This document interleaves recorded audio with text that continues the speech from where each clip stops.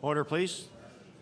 Before we begin the daily routine, the subject for this evening's late debate was submitted by the honourable member for Halifax-Shabukto. Therefore, be resolved, the province should immediately provide emergency assistance for those left without food, shelter, or means of earning their livelihood as a result of Hurricane Juan. Be debated this evening at 6 p.m.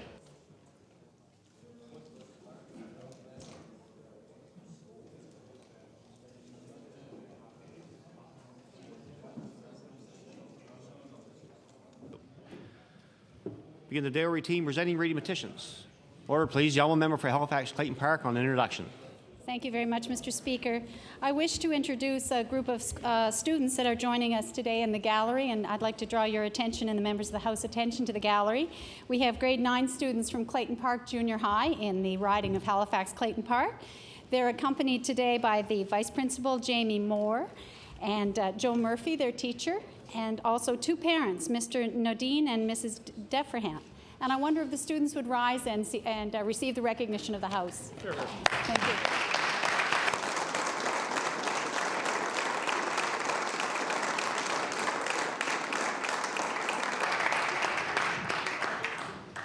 Certainly welcome our special guests to the gallery today and hope they enjoy the proceedings. We'll begin the day routine presenting reading petitions. The honourable member for Digby Annapolis. Mr. Speaker, I beg leave to table a petition bearing some 180 signatures. The petition calls on the government to help with funding extracurricular programs at the Digby Regional High School. Mr. Speaker, I have affixed my signature. This is tabled.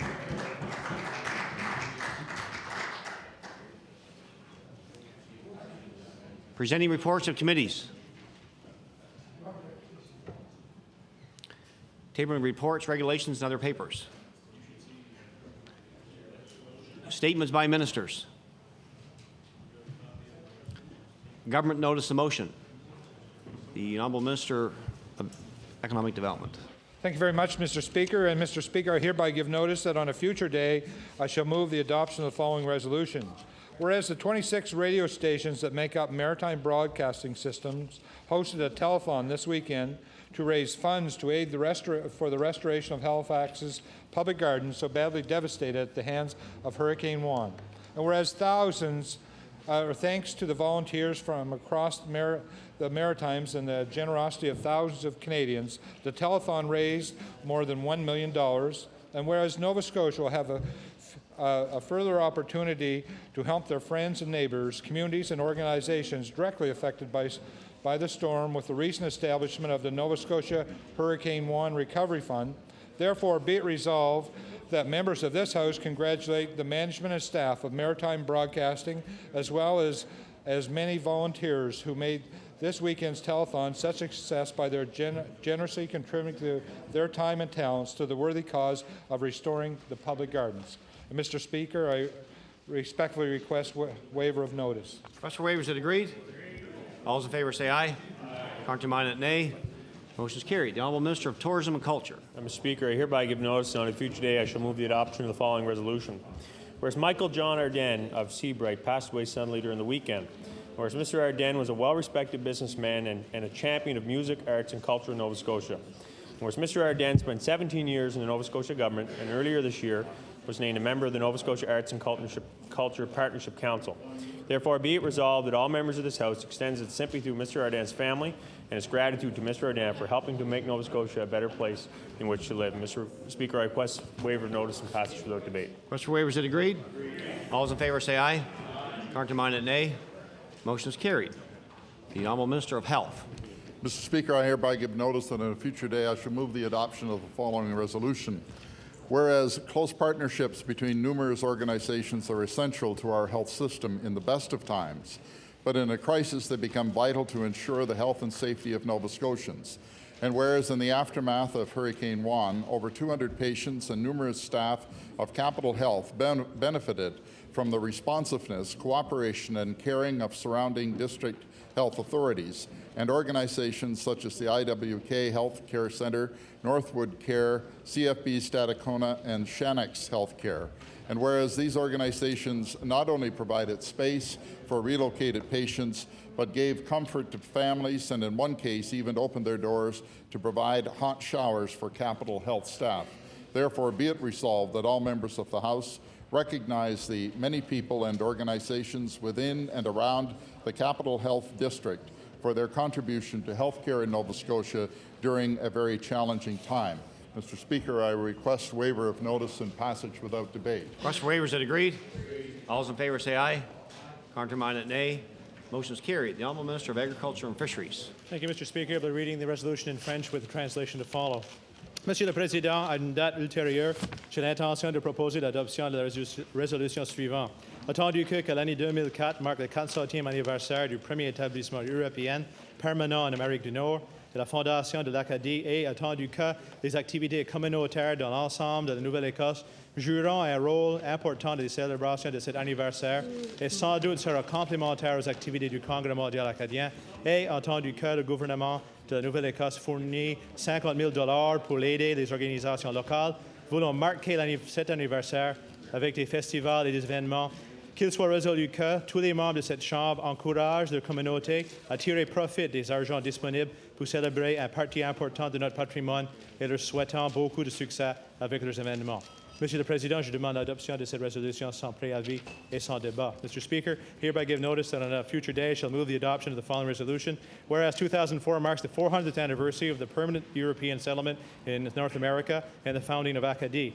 And whereas community-based activities throughout Nova Scotia will play an important part of the anniversary celebrations will no doubt complement the activities of the Congrès mondial acadien.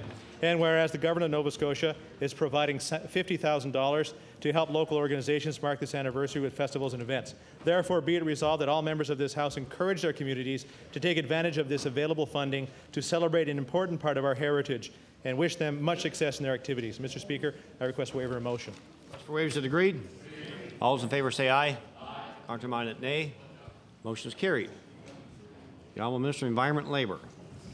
Thank you, Mr. Speaker. I hereby give notice that on a future day I shall move the adoption of the following resolution.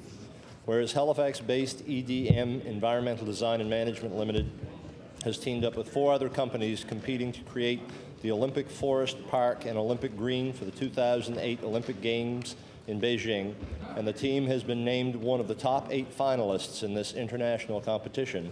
And whereas EDM is a planning company best known for its solar aquatic sewage treatment plants, wetland and land restoration projects, and whereas the Halifax company, which employs 10 people, has already had the advantage of working in Beijing doing wetland restoration, therefore be it resolved that all members of this House join me in congratulating all those at EDM Environmental Design and Management Limited on making it to the final stages of the competition to create the Olympic Forest Park and Olympic Green for the 2008 Olympic Games in Beijing, and extend our sincere wish that they are successful in this competition. Mr. Speaker, I request waiver of notice and passage without debate. Mr. Waivers that agreed.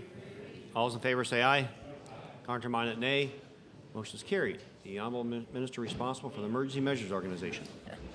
Thank you, Mr. Speaker. And Mr. Speaker, I hereby give notice that on a future day I shall move the adoption of the following resolution. Whereas just 10 days ago, after Hurricane Juan left a path of destruction across our communities, Halifax was the host for the annual National Conference of the Association of Public Safety Communication Officials. And whereas at this conference, Halifax was held up as an example that other cities in Canada should follow for its capacity to deal with a disaster. And whereas Nova Scotia has been a leader in Canada in developing a state-of-the-art communication system linking all levels of government and emergency organizations so that they can be quickly mobilized in the event of an emergency or disaster to mount a coordinated response.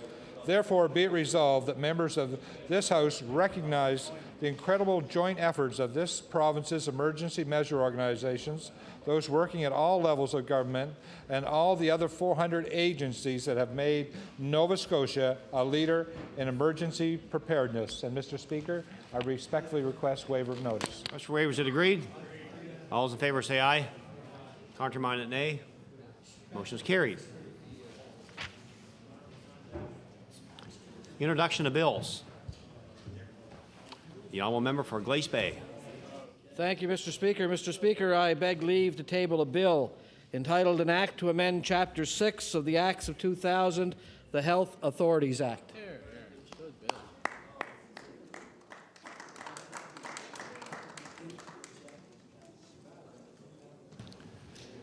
The honourable member for Glace Bay begs leave to introduce a bill entitled An Act to Amend Chapter 6 of the Acts of 2000, the Health Authorities Act.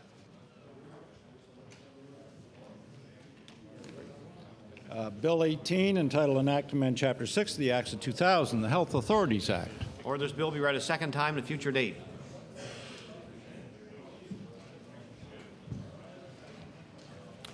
Notice of motion. The honourable leader of the official opposition. Thank you, Mr. Speaker. I hereby give notice that on a future day I shall move the adoption of the following resolution. I hereby, whereas the goal scored by Leanne Huck, the Halifax Athens United Senior Women's Soccer Team headed into overtime and then penalty kicks at the National Women's Soccer Championships in Montreal yesterday. And whereas penalty kicks by Athens players Andrea Gillespie, Claire Martin, Amber Caldwell, and Katie Radchak won this historic game. And whereas the superb goaltending of Liz Cook stopped the Quebec team in their tracks, giving Nova Scotia its first ever national gold medal. Therefore, be it resolved that members of this House congratulate the Halifax Athens United Senior Women's Soccer Team and head coach Bob Rumscheit on their spectacular gold medal win, a first for Nova Scotia at the National Soccer Championship in Montreal on Monday, October 13th, 2003. And Mr. Speaker, I would request waiver and passage without debate. Request for waiver is agreed. All those in favour say aye. Contraminded nay. Motion is carried. The honourable member for Cape Breton South. Mr. Speaker, I hereby give notice that on a future day I shall move the adoption of the following resolution.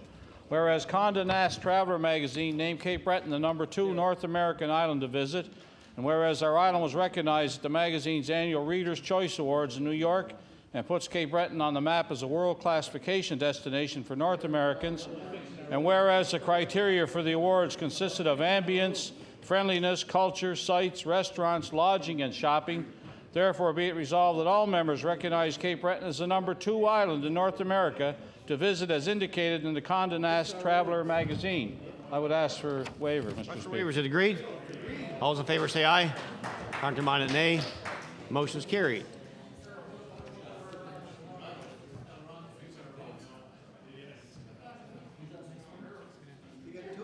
Order, please. The honourable member for Waverley Fall River Beaverbank. Mr. Speaker, I hereby give notice that on a future day I shall move the adoption of the following resolution. Whereas it was during the tumultuous times when the Liberals were last in power that the province had their credit rating downgraded by Moody's Investor Services following the release of their first budget in '93, and whereas this downgrade cost the province millions of dollars in added interest payments, and whereas the members of Halifax, Citadel, Clayton Park, and Halifax Citadel should recognize that under the direction of our very capable Premier and Minister of Finance, this province's credit rating was upgraded because, as one rating agency stated, the government's efforts in recent years have resulted in a marked overall improvement of the province's financial position. Therefore, be it resolved that members of the Halifax, Clayton Park, and Halifax Citadel remember the old saying about people who live in glass houses should not throw stones. Mr. Speaker, I request waiver of notice. Request for waivers is agreed. Here are several noes. Notice is tabled. The honourable member for Halifax Atlantic. Mr. Speaker, I hereby give notice that on a future day I shall move the adoption of the following resolution. Whereas St. James Anglican Church, a little church as plain as possible, designed by William Critchlow Harris for the village of Herring Cove, held its first service 125 years ago in September 1878, and whereas the parishioners of St. James have lovingly maintained the church and cemetery and have recently restored the church bell to service in preparation for their 125th anniversary, and whereas the anniversary service went forward as planned on the afternoon of September 28, 2003, only a few hours before Hurricane Juan swept through the cove, therefore be it resolved that the members of this House congratulate the parishioners of St. James Anglican Church on their efforts and devotion and share in their heartfelt thanks that there was no loss of life in Herring Cove. Mr. Speaker, I request waiver of notice and passage without debate. Waivers is agreed. All those in favour say aye. Contraminded nay. Motion is carried. The honourable member for Cape Breton West. Thank you, Mr. Speaker. Mr. Speaker, I hereby give notice that on a future day I shall move the adoption of the following resolution. Whereas October 12th to 18th has been proclaimed as Home Support Worker Week in Nova Scotia, and whereas dedicated home support workers across this province play an integral role in our healthcare system, and whereas these same home support workers blend compassion with professionalism and in providing health care services to the people in their own homes, Therefore, be it resolved that all members of this House acknowledge home support workers across this province and extend our appreciation to all those who provide this valuable service to the people of Nova Scotia. And Mr. Speaker, I would ask for a waiver of notice and passage without debate. Waivers are agreed. All those in favour say aye. Contrary-minded, nay. Motion is carried. The honourable member for Colchester, Musquodoboit Valley. Thank you, Mr. Speaker. I hereby give notice that on a future day I shall move the adoption of the following resolution.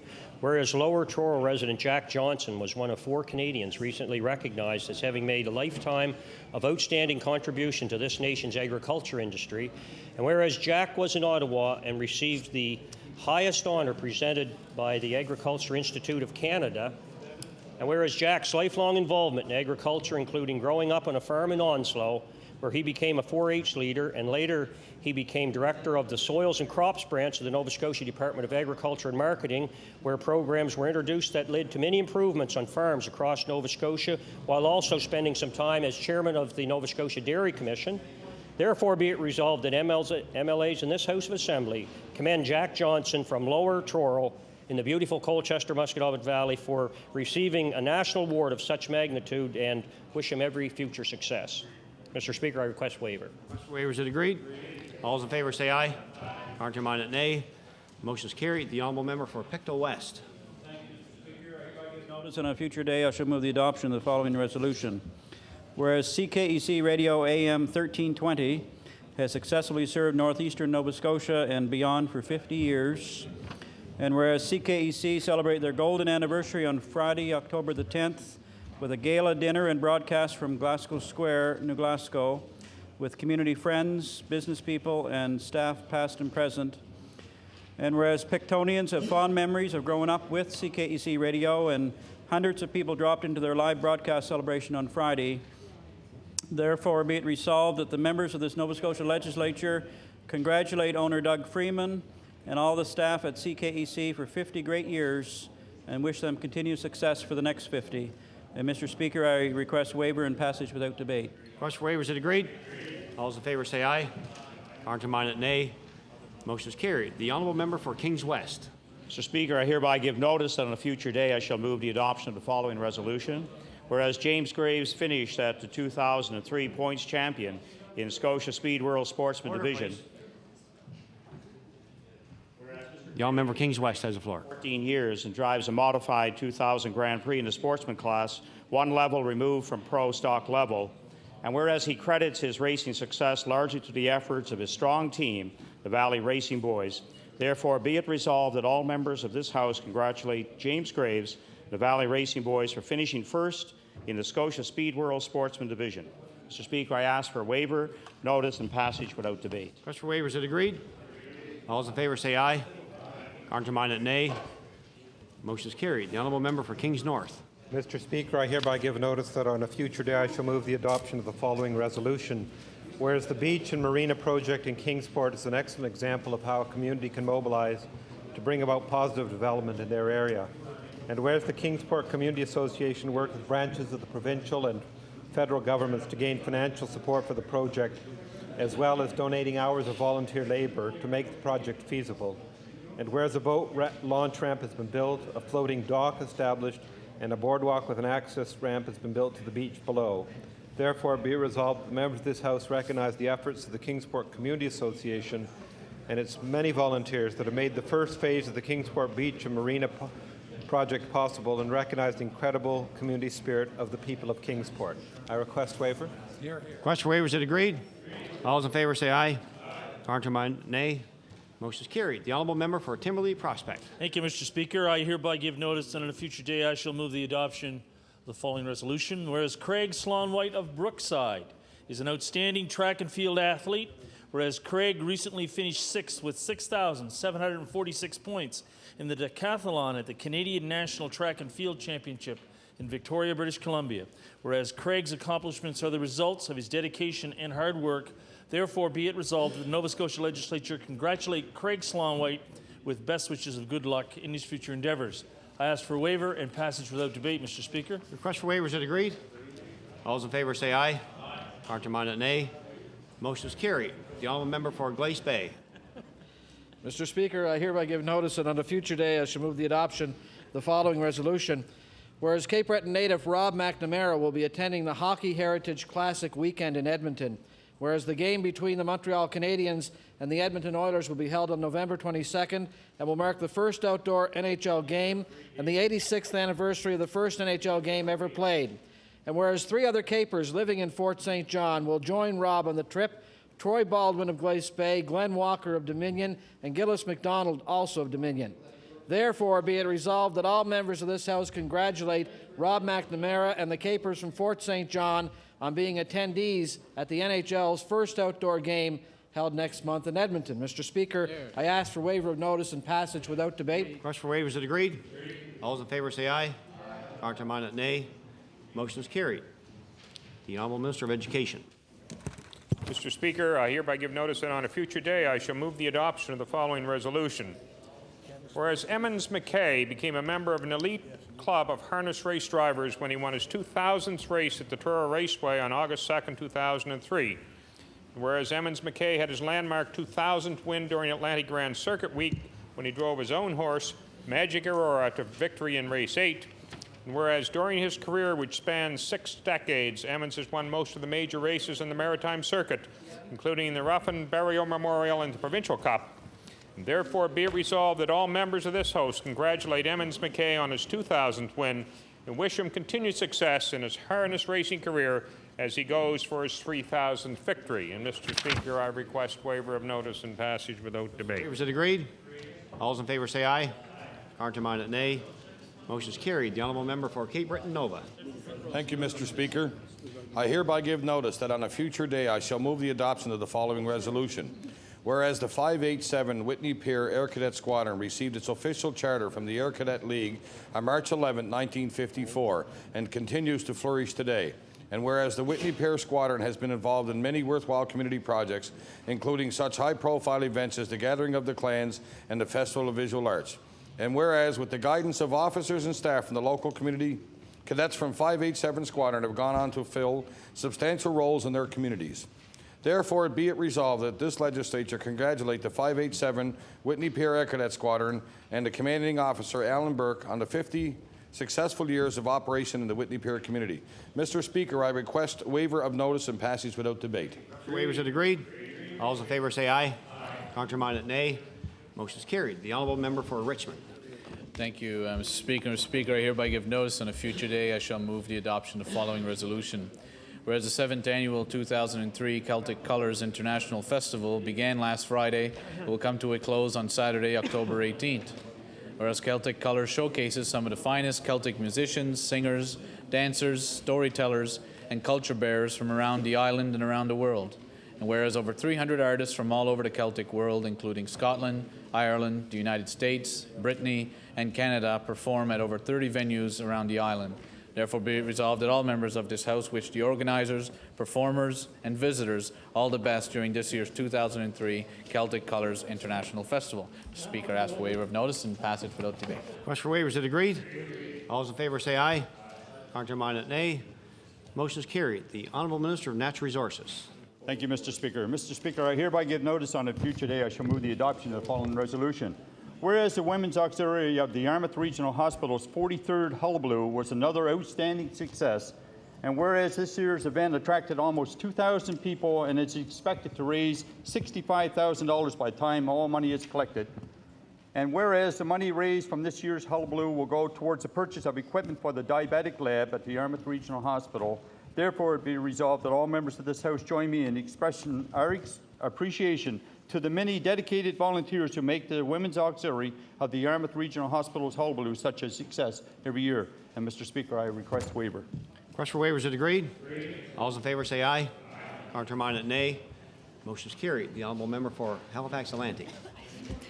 Mr. Speaker, I hereby give notice that on a future day I shall move the adoption of the following resolution. Whereas Halifax Atlantic includes a wide variety of ecological systems, and whereas the Crabapple Project in Spryfield has produced a series of young people's eco-packs, which are activity kits designed for the exploration of different ecological zones in the area: pond, forest, old field, ocean shore, bog, barrens, backyards, rivers, and streams. And whereas the project has made these backpacks available on loan from the Captain William Spry Library so families can explore the natural wealth of their own community. Therefore be it resolved that the members of this House congratulate Carolyn Mont and the Crabapple Project on this imaginative concept and their extremely professional production of the eco-packs. Mr. Speaker, I request waiver of notice and passage without debate. Request for waivers is agreed. All those in favour say aye. Counter-minded, nay. Motion is carried. The Honourable Leader of the Liberal Party. Thank you, Mr. Speaker. Mr. Speaker, I hereby give notice that on a future day I shall move the adoption of the following resolution. Whereas the public gardens in Halifax was recently devastated by Hurricane Juan, and whereas a radio fundraiser last weekend brought in more than $1 million worth of support to begin restoring the gardens to its natural Victorian state, and whereas the Maritime Broadcasting System hosted the 6-hour fundraiser on radio stations throughout Nova Scotia, New Brunswick, and Prince Edward Island, far surpassing its goal of $500,000, therefore be it resolved that all members of this House thank the organizers, volunteers, and all the contributors throughout the Maritimes in Canada for their support in the fundraising efforts to restore the public gardens. Mr. Speaker, I ask for waiver of notice and passage without debate. Request for waivers is agreed. All those in favour say aye. Counter-minded, nay. Motion is carried. Order, please. There's too much noise in the chamber. I'd ask all members to take their conversations outside, please. The Honourable Member for Pictou West. Thank you, Mr. Speaker. I hereby give notice on a future day I shall move the adoption of the following resolution. Whereas Stuart Logan of Linesbrook, Pictou County, is the 2003 recipient of the Princess Diana Humanitarian Award from the Municipality of Pictou County, and whereas this award is given annually to an individual who demonstrates volunteer leadership and service to their community, and whereas Mr. Logan has long been active in his community and is presently the chairman of the School Advisory Council for his local schools and a member of the Board of Directors of the Pictou County District Health Authority and the Pictou West Community Health Board and the Pictou County Helpline, therefore be resolved that the members of this Nova Scotia Legislature congratulate Mr. Stuart Logan as a very worthy recipient of this year's Princess Diana Humanitarian Award from the Municipality of Pictou County. And Mr. Speaker, I hereby request waiver and passage without debate. Request for waivers is agreed. All those in favour say aye. Counter-minded, nay. Motion is carried. The Honourable Member for Victoria of the Lakes. Mr. Speaker, I hereby give notice that on a future day I shall move the adoption of the following resolution. Whereas the Union of Nova Scotia Municipalities continues, as it has from 1905, to be a strong advocate for the interests of municipal units in Nova Scotia, and whereas the UNSM holds an annual conference that gives delegates an opportunity to not only present problems of concern, but also offer solutions of importance. And whereas in attending this year's annual conference, the provincial government offers solid recommendations on how to improve the relationship it has with the UNSM, and therefore afford the UNSM the respect it deserves. Therefore be it resolved that all members recognize the important work of the UNSM as the voice, not only the first level of government, but the one closest to the people, as it begins its 98th annual conference in Yarmouth. Mr. Speaker, I ask for a waiver of notice and passage without debate. Request for waivers is agreed. All those in favour say aye. Counter-minded, nay. Motion is carried.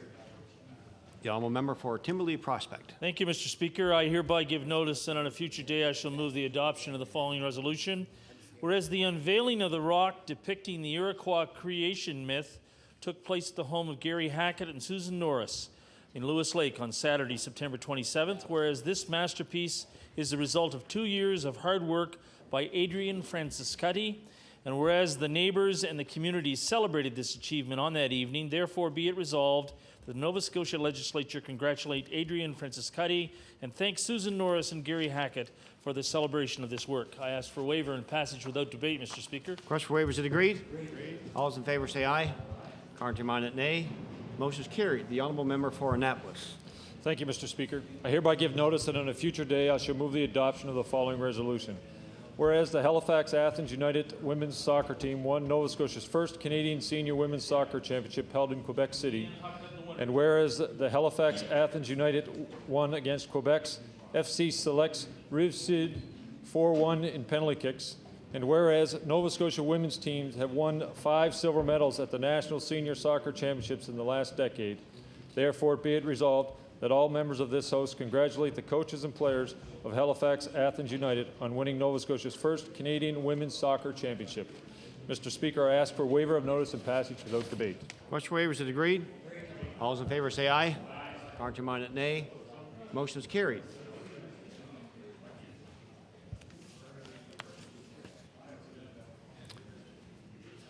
Orders of the day or questions put by members. Question period begin at 2:36 and at 3:36. The Honourable Leader of the Official Opposition.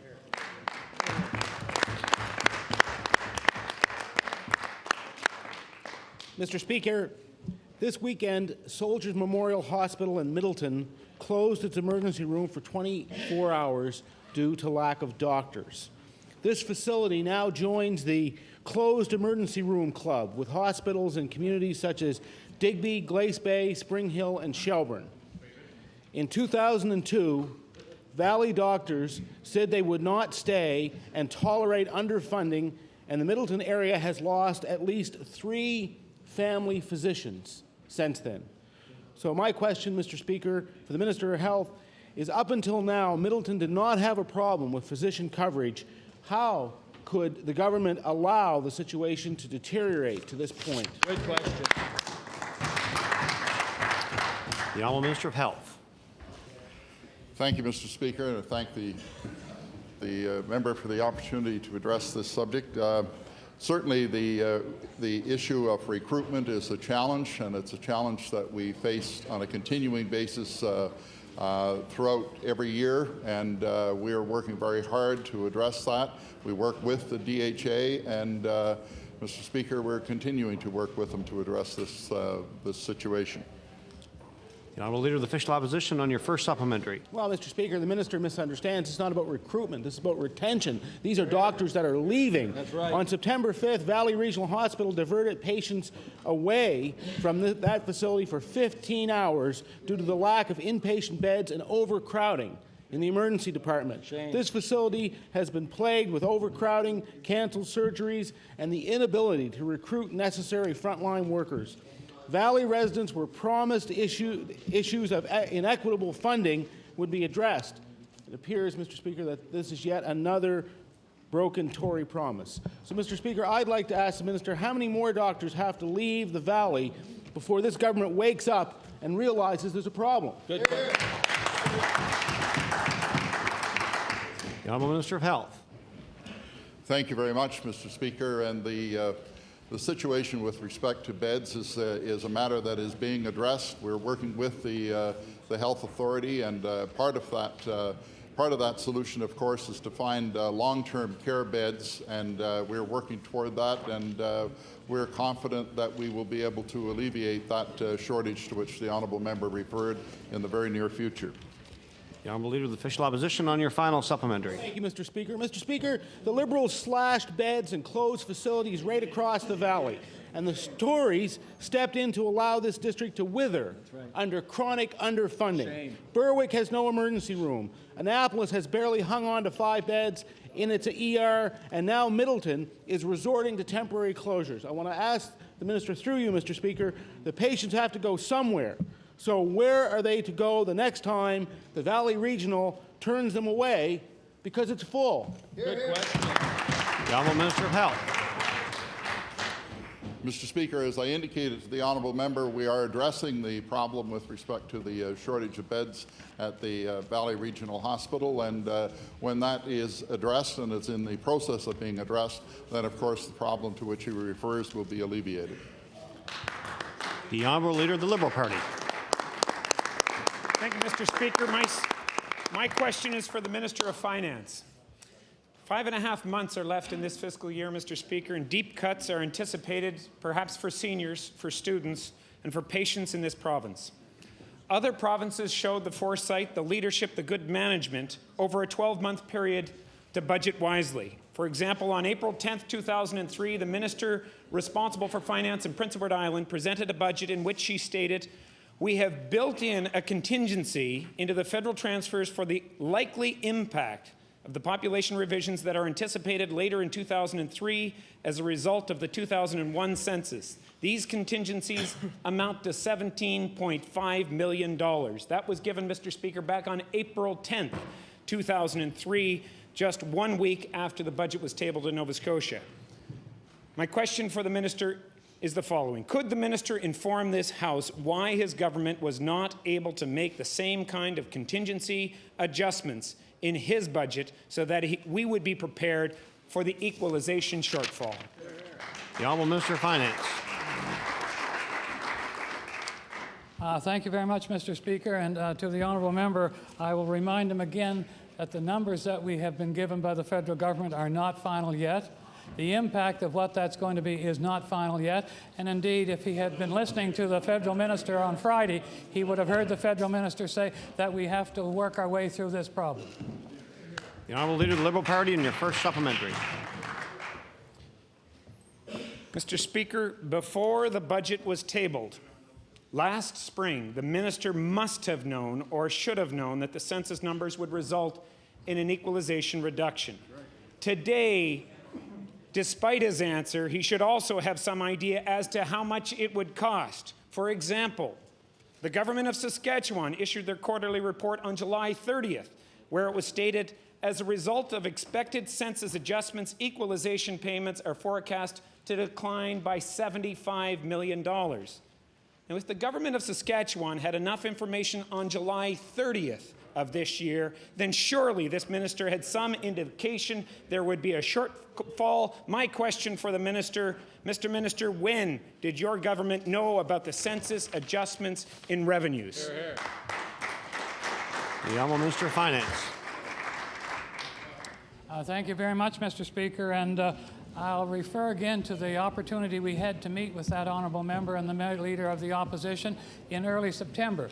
We indicated to them at the time that we expected the numbers to be out shortly, but we didn't have them as yet. We found out shortly after that meeting, sometime in September, what the numbers will be. The federal government has said again they were revising the numbers and they will be out in the next few days. Mr. Speaker, when we get the numbers, we will deal with the issue. The Honourable Leader of the Liberal Party in your final supplementary. Mr. Speaker, it is a stretch to suggest that this Minister of Finance and his department only found out in September, I would suggest. In light of the information that came forward in from the Minister of Finance in Supply, it's clear that this information was known some time ago. Saskatchewan knew there was a problem and adjusted. Prince Edward Island knew they had a problem and they adjusted. But last Wednesday, after question period, this Minister of Finance said outside this chamber, what we don't know right now is how this is going to go forward. It seems, Mr. Speaker, that the only Minister of Finance who doesn't know how this is going forward or how much it will cost is the Nova Scotia Minister of Finance. The question that Nova Scotians want answered is why. Honourable Minister of Finance. Thank you very much, Mr. Speaker. And the honourable member has read from the budget document that was released and what we released in the spring. What he didn't say is what we told the people of Nova Scotia is that there would be challenges in balancing this budget.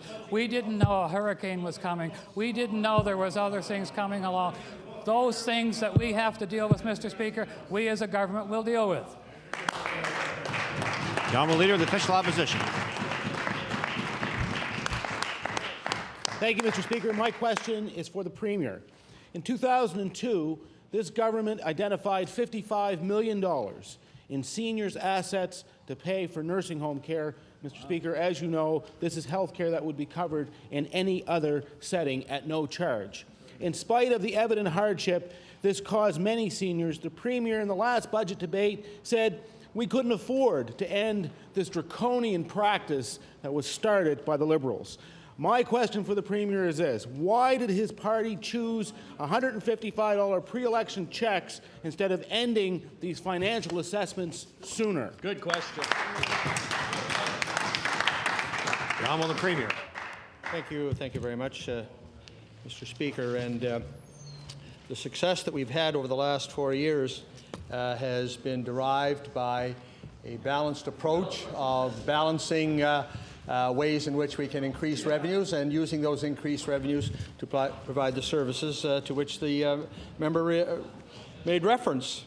And you know, Mr. Speaker, I do want to indicate to members of the House and the population at large that many others agree with the approach the government is taking. And I'm going to quote here from a document, Performance and Potential Defining the Canadian Advantage, put out by the Conference Board of Canada. And I think a copy of this is in the library, but if it isn't,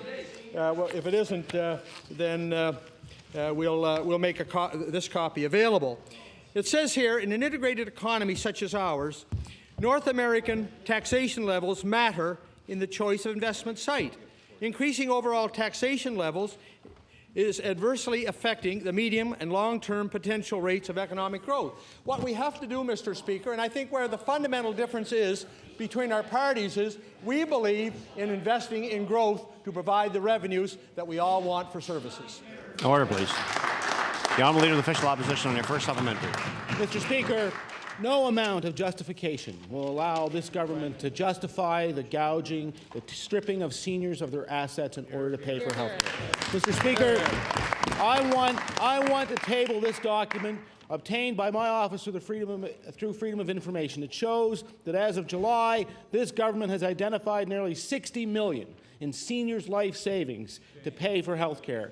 In spite of the tinkering in November and the even more tinkering in April, the Ham government has already surpassed the assets identified in 2002. So I want to ask the Premier, why don't you just admit the changes your government made were nothing more than smoke and mirrors? The Honourable Premier. Thank you, Mr. Speaker. And the government is aware that there are inequities in health care funding in the long-term care sector. We have agreed by way of our platform to address these as money becomes available. Mr. Speaker, there are many, many very justifiable demands on the public purse. It is the responsibility of government to balance these justifiable demands. The Honourable Leader of the Official Opposition on your final supplementary. Mr. Speaker, the point is that this is unjustified. This is an unjustified taking of what people have worked a lifetime for. This government can't fool the seniors of Nova Scotia who are still going through the devastating financial assessment process when a loved one needs nursing home care. So I want to ask the Premier, your party is willing to spend millions on pre-election gimmicks. Why wasn't it willing to end the devastating financial assessment process? Good. The Honourable Premier. Thank you very much, Mr. Speaker. And I hope the Leader of the Opposition is not suggesting that investments in schools, that investments in the community college, that investments in our hospitals are unjustifiable expenditures. What this government is doing is balancing its priorities. And I would hope that when the member opposite gets to his feet, he would indicate that he's not suggesting that those expenditures are not justifiable. The Honourable Leader of the Liberal Party. Thank you, Mr. Speaker. I have to say, Mr. Speaker, that I've enjoyed a great deal the exchange between the Premier and the Leader of the Opposition over the last short while about the finances of the province. The Premier seems to be speaking about the balanced books, but I think it's clear, Mr. Speaker, that it's no longer clear just how balanced or if they were balanced in the past. And I think it's important to note that the NDP is speaking about an important issue, seniors again, Mr. Speaker. It's important to note that if they would do the right thing and agree to cancel the tax cut that is scheduled for October 15th, or we have time to cancel by October 15th, then seniors in Nova Scotia would be taken care of. My question, Mr. Speaker, is for the Minister of Finance. I note with some interest that he's now hiding behind the hurricane skirt when he speaks about the finances of this province. But we have a letter dated here, April 2nd, 2003, by the Auditor General. Order, please. Order, please. The questions and the answers are getting too long, and as much as I hate to, I'm going to shut members off, ask them to take their place, and I'm going to go on to the next speaker. The Honourable Leader of the Liberal Party, a question, please. My question, Mr. Speaker, to the Minister of Finance. When the Auditor General signed this letter, Mr. Speaker, was he advised by the Minister of Finance's office that there was a census problem? The Honourable Minister of Finance. Thank you, Mr. Speaker. I don't have the letter the honourable member refers to. The census problem had been being discussed. Over the last number of years, there was talk about what was going to happen. But more importantly, Mr. Speaker, the part of this that's all going forward, and I can inform the honourable member that with our meeting with the federal minister, it appears that Nova Scotia and all the rest of the provinces and the government of Canada is committed to the equalization program and getting that done for the 1st of April of next year. The Honourable Leader of the Liberal Party, and your first supplementary. Mr. Speaker, there's an opportunity while I'm asking my question for the Minister of Finance to review the letter that I was referring to. I have a second copy if he wishes that. I noticed that he may not have it in his hands right now. Mr. Speaker, last week the Minister said there was ongoing discussions between his office and the Auditor General. My question for the Minister of Finance, could he confirm that his discussions with the Auditor General are about the valuation of pension funds? The Honourable Minister of Finance. Thank you very much, Mr. Speaker. And the answer to the question of the honourable member is yes, there's discussions going on with the Auditor General, and the discussions are wide-ranging. They cover the whole spectrum of last year's financial statement. It is the intent of the department to meet with the Auditor General to conclude last year's business, so I'll be able to bring that statement and present it to the House. The Honourable Leader of the Liberal Party on your final supplementary. Mr. Speaker, I wish to table page A13 of the most recent budget of the province of Nova Scotia. It was tabled on April 3rd. Information from the Federal Department of Justice, however, 2 months earlier, in February of 2003, from their website says that for some reason, their budget estimates for equalization were $34 million more than what was forecasted by the federal government in February. Can the minister explain the discrepancy between $34 million that was forecast in February by the federal government for equalization and the April numbers that were $34 million less? The Honourable Minister of Finance. Thank you very much, Mr. Speaker. And the honourable member picks a number, but this letter that he just did give me says clearly here from the Auditor General the 2003-2004 revenue estimates as presented reflect fairly such assumptions and figures. And Mr. Speaker, that's the letter that he just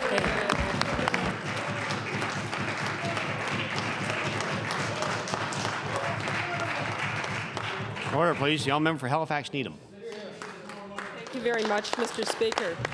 Mr. Speaker, my question through you is for the Premier. In the dying days of the election, Mr. Speaker, the Premier, who was clearly in a say-anything mode, promised a raise in the $105 personal use allowance for nursing home residents, even though it wasn't in the Conservative platform. And, Mr. Speaker, it wasn't in the Conservative throne speech either. So in case the Premier forgot about the promise, I'd like to table a copy of the newspaper articles that reported it, and I'd like to remind the Premier that seniors haven't forgotten this promise.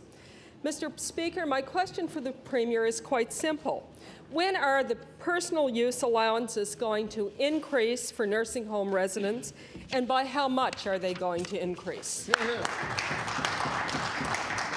Honourable the Premier. Thank you very much, Mr. Speaker. Yes, I very clearly remember making that commitment to the people of Nova Scotia, and it will be in next year's budget. The Honourable Member for Halifax Needham on your first supplementary. Mr. Speaker, nursing home staff tell me they collect recyclables to help residents buy toothpaste and tissues. And families are forced to subsidize residents for haircuts, snacks, and other comforts because the $105 a month is not enough. When I asked the Minister of Health last year about an increase to the personal use allowance, he refused to commit to an annual review or any kind of increase. Mr. Speaker, these seniors did not get the $155 check mailed prior to the election. So I want to ask the Premier, why is he making seniors wait to get the relief that they so desperately need? Hear, hear. The Honourable the Premier. Thank you very much, Mr. Speaker. And the member opposite brings an important issue to the attention of the House, and it is the personal care allowance available in our long-term care sector. At $105, it isn't what it should be, and the government will make appropriate adjustments. But it will do so in concert with the many other demands that are being made in the public purse. Now, Member for Halifax Needham on your final supplementary. Well, Mr. Speaker, it's clear that the Department of Health has been making up the rules as it goes along on this one. My office requested written policy or regulations governing personal use allowances, and were unable to receive anything from the Department of Health. So I'd like to ask the Premier, if you're really looking at increasing this allowance and you're really committed to doing something in the budget, will you table here in the House what seniors can expect to be considered as part of what it is that they will receive compensation for? Honourable Premier. Thank you very much, Mr. Speaker. And this is an important issue, and one with which I am very familiar because I spent a lot of time before I became a politician working in the long-term care sector. On the other hand, I don't believe the member opposite is being serious to suggest that we're beginning the budget debate today. What the government has made is a commitment that we will increase the personal care allowance, and we will do so. The honourable member for Cape Breton South. Mr. Speaker, my question today is to the Chair of the Treasury and Policy Board. Mr. Speaker, it has come to our attention that prior to the election, the Deputy of Treasury and Policy Board asked departments for critical issue papers in order to assist in managing government after the election. Mr. Speaker, just recently these papers have been submitted to the Deputy for the Treasury and Policy Board. Among the topics, Mr. Speaker, of these critical issue papers include the fiscal imperative, social policy, and economic development. Mr. Speaker, I would ask the Minister, would he be so kind as to table those papers in the House before the end of the sitting today? The Honourable Minister of Justice. Thank you very much, and I appreciate the question. It's very important that public servants in Nova Scotia get together and begin to assist government in coming up with policy. The meeting in question was one where the deputy ministers were getting together to assist government in coming forward with policy, and once those recommendations have come forward to Cabinet, Cabinet will make the final decision. Now, Member Cape Breton South on your first supplementary. Yes, Mr. Speaker. Mr. Speaker, all I asked for was to table the documents which are out there, and we know they're out there, before this House today. It's this House, Mr. Speaker, should be able to determine whether or not these documents are in the best interest of a go-forward position with their financial initiatives in the future with this government. Mr. Speaker, we know that these have been prepared for the senior deputy, and they don't fall under advice to Cabinet. We know that as well. So if they don't fall under advice to Cabinet, why won't the Minister present them to the House today? The Honourable Minister of Justice. Thank you very much, and with all due respect to the honourable member, in fact, that is part of the function of the public service, which is to provide advice to the Executive Council. It's the Executive Council that determines government policy, not deputy ministers. The honourable member Cape Breton South on your final supplementary. Mr. Speaker, one of the papers in question was prepared by senior corporate policy analyst Frank Dunn with the Treasury and Policy Board regarding the province's fiscal situation. And I would ask, by way of a final supplementary to the Minister, could the Minister at very least table that particular platform process by the government analyst Frank Dunn? The Honourable Minister of Justice. Thank you very much. And as I indicated to the honourable member before, it is government that makes the decision on what is government policy. We receive advice from lots of public servants, welcome the advice, but it ultimately is a government decision. Thank you. The honourable member for Halifax Fairview. Mr. Speaker, my question is for the Minister responsible for the Insurance Act. Last week, I tabled documents in this House showing the number of people going into the insurer of last resort is actually increasing. On Friday, my office received a call from a child protection worker who is one of those people being forced into the facility association. So my question for the Minister, what is the Minister doing to make sure that insurance companies are not gouging drivers by forcing them into the facility association? The Honourable the Deputy Premier. Mr. Speaker, contrary to what the honourable member is suggesting, the numbers going into the facility are decreasing. And secondly, Mr. Speaker, it's not the policy of the government to get more people into the facility, but to take people out of facility. Now, member for Halifax Fairview on your first supplementary. Thank you, Mr. Speaker. Last week, the Minister said he had no idea whether there were more or fewer people in facilities. So if the Minister has that information now, I certainly would welcome if he would table it. Mr. Speaker, I want to table the letter this child protection worker received. The worker has been told that her policy is being cancelled because she might transport children. Her rate in facility will be 169% higher. She did shop around, but no one will insure her because her policy was cancelled. Nothing in the government's plan will help her. So my question to the minister, when will the minister admit that his plan has failed this child protection worker and thousands of other Nova Scotians? The Honourable Deputy Premier. Mr. Speaker, what the honourable member obviously doesn't understand is that the plan cannot go ahead until the legislation passes this House. And I don't see that that opposition party opposite, Mr. Speaker, doing anything to expedite that particular piece of legislation. Honourable Member for Halifax Fairview on your final supplementary. Mr. Speaker, if that bill passes today without amendment, it still will not help this particular child protection worker. When she phoned her broker, she was told she could go back to her old rate if she quit her job. Mr. Speaker, the government's plan is clearly not working. My question for this minister, for how long will hardworking Nova Scotians have to quit their jobs in order to get reasonably priced car insurance? The Honourable Deputy Premier. Mr. Speaker, the gross exaggeration exhibited by that member is beyond comprehension. Mr. Speaker, I would ask the honourable member to forward the details to me, and I'll pass them on to the Superintendent of Insurance. The Honourable Member for Annapolis. Thank you, Mr. Speaker. My question is for the Minister of Health. A constituent of mine by the name of Rick Laird called me because of his concern for the government's home care program. Mr. Laird is disabled. In June, his home care was cut off. Since that time, Mr. Laird's brother has helped Rick through this most difficult time. However, Rick's brother works 3 to 11. So from 3 to 11, Rick is by himself. There is no way for him to get in or out of bed. My question for the minister, does the minister feel that Mr. Laird's health care needs are being adequately met at this time? The Honourable Minister of Health.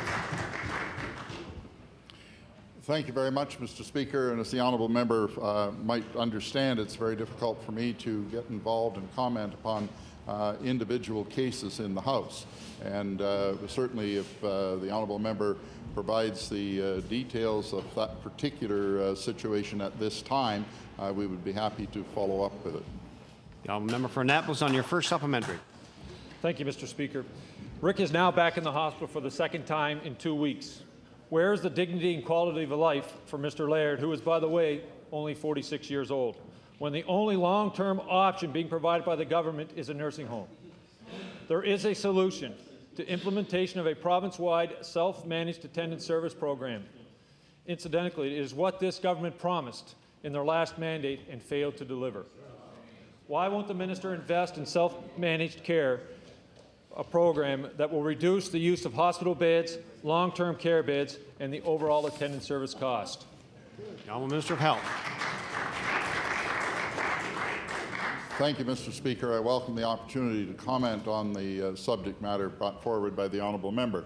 The situation and the program to which he refers is one which had been in place in this province prior to the province taking over long-term care, and it was administered by municipalities, and it was administered in an inconsistent manner throughout the province. We have had a challenge to examine that program and to come forward with an alternative.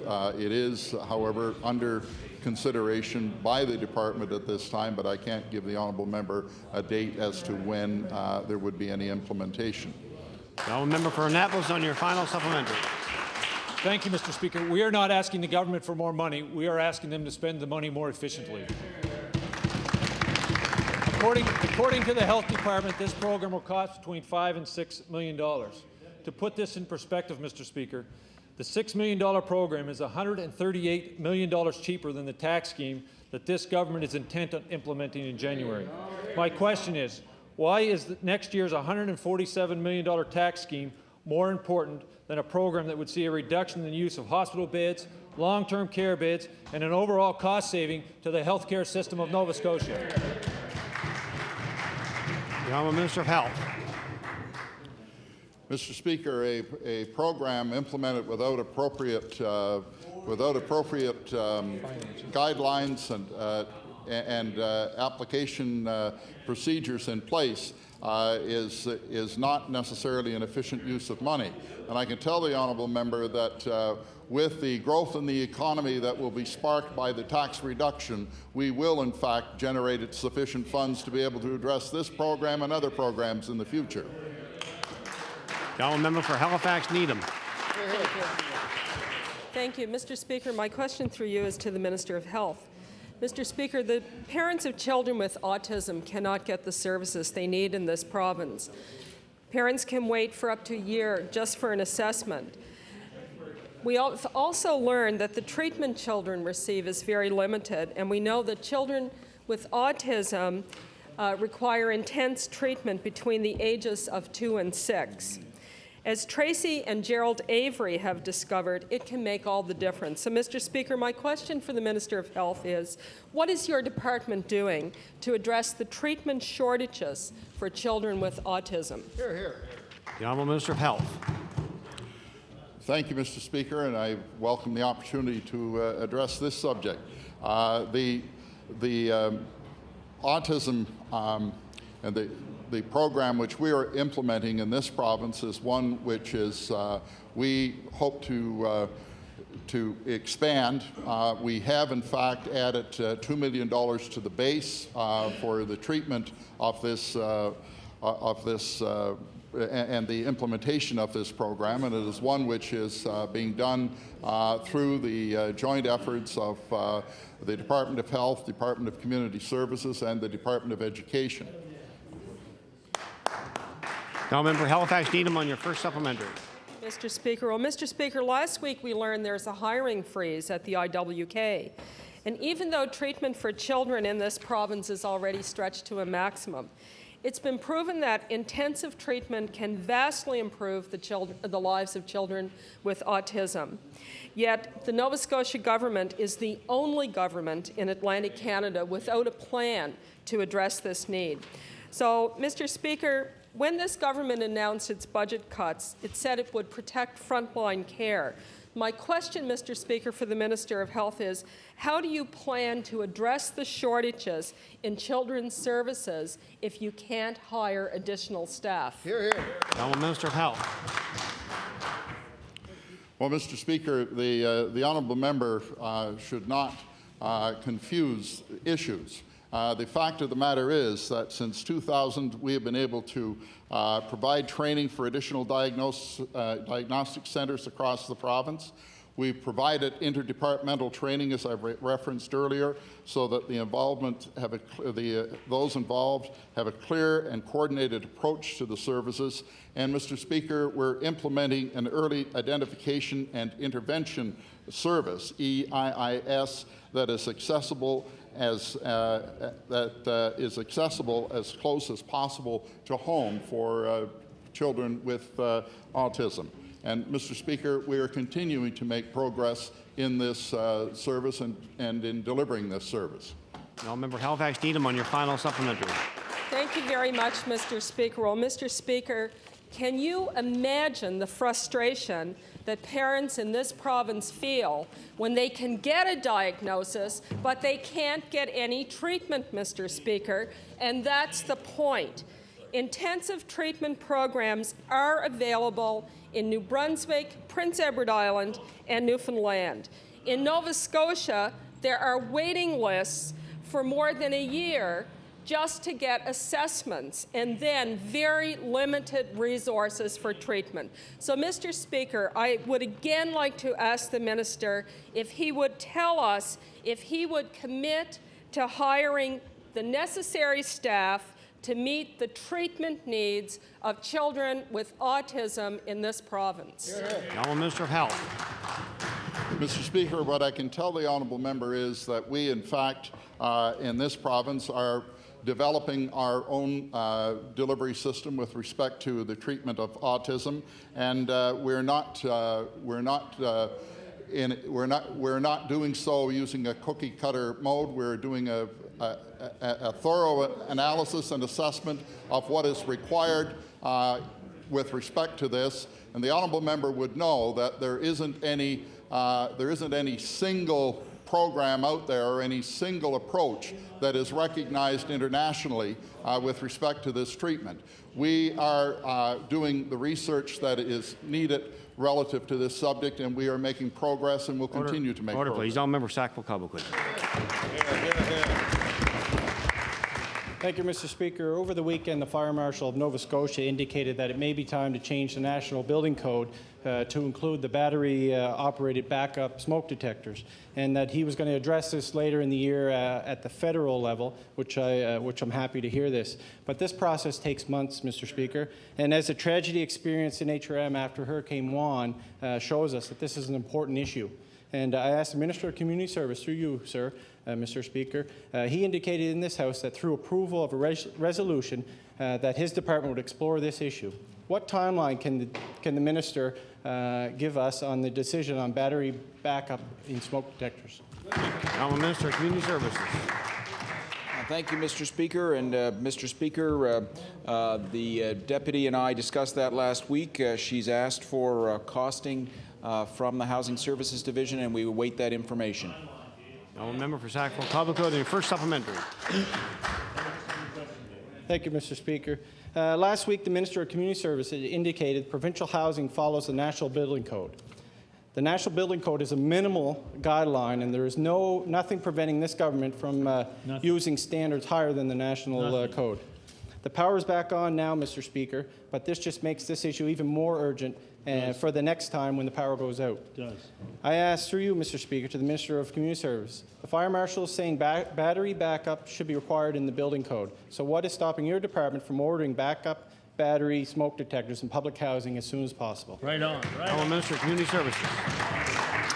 Thank you, Mr. Speaker, and the member opposite is quite right. Last week I did indicate that the department, as a result of accepting that resolution in the House, was looking at, in fact, exceeding the National Building Code, and we are proceeding along that path. Thank you, Mr. Speaker. Member Sackville-Cobequid, on your final supplementary. Thank you, Mr. Speaker. That still doesn't answer the question of a timeline. Mr. Speaker, the Fire Marshal has indicated that the new smoke detectors are on the market with a long-life battery that does not work on other devices. This addresses concerns about maintenance and care of battery-operated detectors. I asked the Minister, how soon can you produce a cost estimate of providing these smoke detectors in all provincial housing, Mr. Speaker? Minister of Community Services. Thank you, Mr. Speaker. And referring back to my first answer to the honourable member's question, this is in the works. The member actually brings up a number of good points in there in terms of making sure that the length of the battery life and the smoke detectors and those other concerns, because when you put a battery in a smoke detector, it is good for a period of time, but that time is finite. There are concerns about relying on battery-operated smoke detectors, but that is going to be part of the whole package that comes forward with the cost estimates. Thank you, Mr. Speaker. The honourable member for Preston. Mr. Speaker, my question is to the Minister of Education. Mr. Speaker, in the early part of the 70s, the education of the black community was not receiving the appropriate resources. Mr. Speaker, the situation was so deplorable that the community of Preston filed a class action suit against the school board. Eventually, the two parties settled in 1975. Mr. Speaker, which contained clauses both parties agreed upon and had wide-ranging implications throughout the whole province. My question to the Minister is, will the Minister table the agreement that these two parties settled upon by the end of today? The Honourable Minister of Education. Mr. Speaker, I'll take that question under advisement, and if it can be tabled by the end of the day, then it will be. The Honourable Member for Preston, on your first supplementary. Thank you. Mr. Speaker, the black community has gone through many changes since the 70s. They agreed in good faith, both, Mr. Speaker, to settle from 1975 and expect it to be adhered to. My question again to the Minister is, what has your department done to ensure the education of the black community is not suffering as it has in the past? The Honourable Minister of Education. Mr. Speaker, in 1991, or 1993 anyway, early in the 90s, there was a committee struck to to actually address the questions the honourable member is raising. I think it was 2 weeks ago in this House I tabled the government's response to that Black report. He will see, Mr. Speaker, there was a $4.1 million commitment to implement the operational recommendations from that report. Honourable member for Preston on your final supplementary. Mr. Speaker, this government has set aside monies from different programs across the province. Some of these programs, Mr. Speaker, are obviously in jeopardy due to the financial mismanagement of the government. Mr. Speaker, this government is going to have to cut programs to make up for their deficit. My question to the Minister of Education is, what resources are specifically set aside for programs in the Black communities, and will they be subject to cuts the Minister of Finance is discussing? The Honourable Minister of Education. Mr. Speaker, the government has committed $4.1 million for the operational requirements of the response to the Black report. Mr. Speaker, the government made that commitment on a number of occasions. That commitment will be adhered to. The Honourable member for Cape Breton Nova.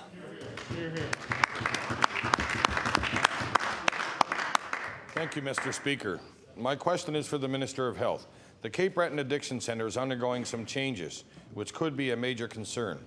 The structured treatment program, a short-term residential stay program, has been turned into a day program. This 3-week program normally provides treatment for about 80 people a year on average. As a residential program, it provided the opportunity to people to change their surroundings and focus on their health. Mr. Speaker, my question through you to the Minister is, why did your government decide to cut back this vital program? The Honourable Minister of Health. Thank you very much, Mr. Speaker. The decision to which the honourable member refers is a decision that was taken by the District Health Authority, and it was based on their assessment of method of, in fact, improving the delivery of those services to the people of that area. The Honourable member Cape Breton Nova on your first supplementary. You can do better than that. Mr. Speaker, there's no hiding that this program has been cut back. The residential program has been in operation for more than 10 years.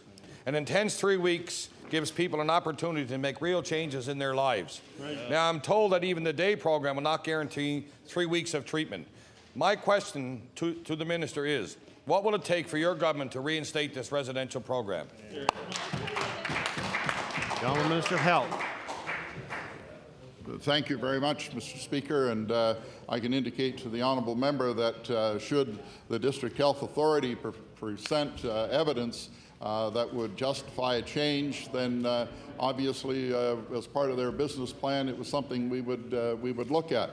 To date, they have, based on their best judgment, taken the decision that they wanted these changes in the delivery of that program, and Mr. Speaker, that's the decision they have taken. The Honourable member for Cape Breton Nova on your final supplementary.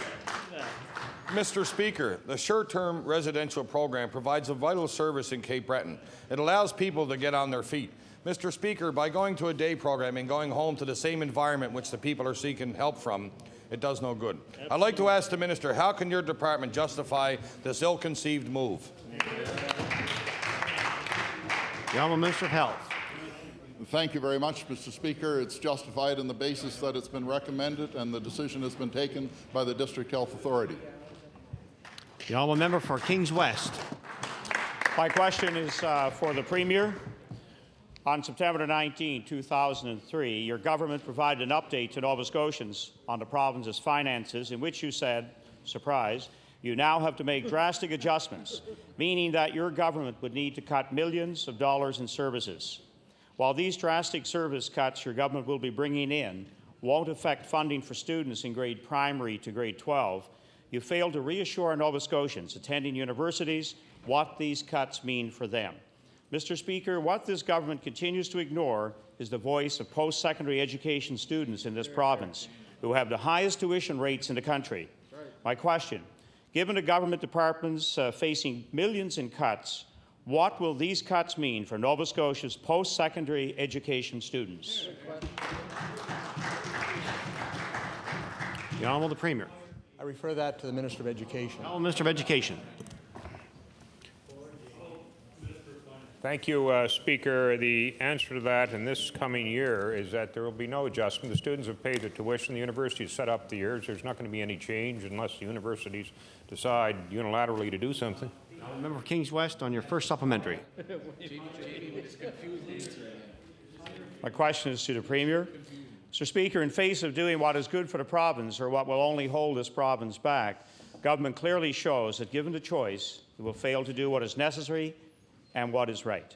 The students of this province deserve more, the universities of this province deserve more, and the future of this province deserves more. And we all know that further funding cuts do nothing to help the students, the universities, or the future of the province. Mr. Speaker, on March 26, 2003, this government said it was committed to post-secondary students. My question, if this government is so committed to students, can the Premier please explain why post-secondary education was not included with grades primary to 12 as an item that would not be affected by cuts? The Honourable Premier. I refer that to the Minister of Education. The Honourable Minister of Education.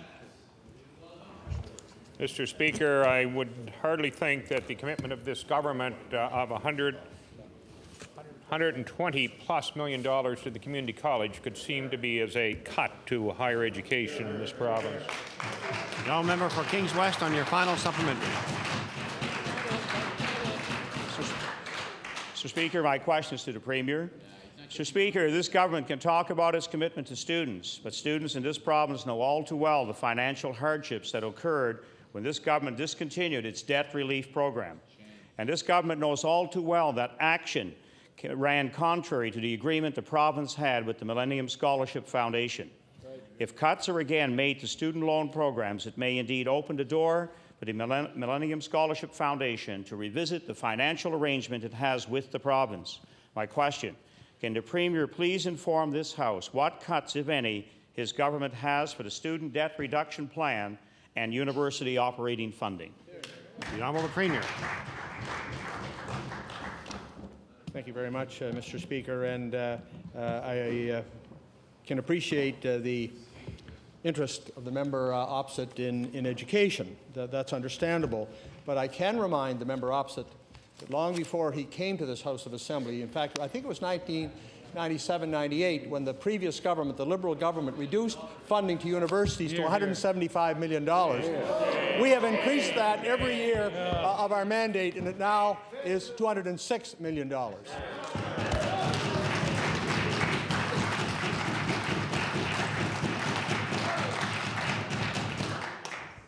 honourable member for Cape Breton Centre. Thank you. Thank you, Mr. Speaker. Mr. Speaker, my question is for the Minister. Order, please. The honourable member for Cape Breton Centre. Thank you. Mr. Speaker, my question is for the Minister of Environment and Labour. Last Thursday, our office learned of the consequences of pushing forward with Sunday shopping without adequate protection for workers.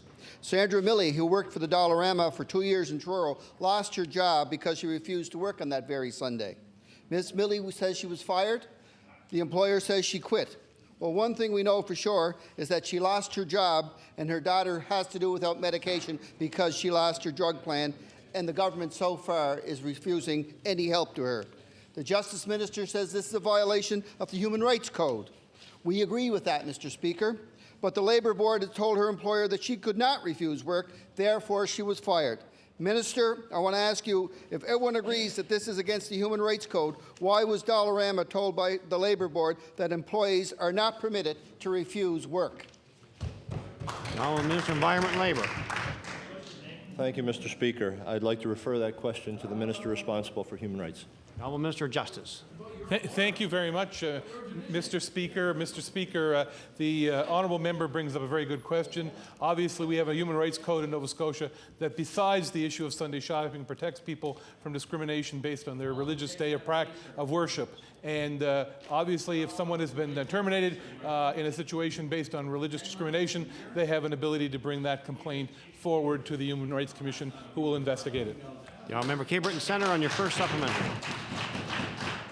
Mr. Speaker, he should tell that to Archie Kaiser. Mr. Speaker, the Minister of Justice was prepared to protect businesses, chose to stay open and protect them from conviction from those laws on that fateful day in October, Mr. Speaker. We know the Minister of Justice and the Minister of Labour have said they intend to protect workers with any further Sunday shopping expeditions, Mr. Speaker. So I want to ask the Minister of Environment and Labour, did any member of the Cabinet or senior government official advise the Labour Standards Division on how to deal with any complaints from employees relating to the so-called emergency Sunday opening on October 5th?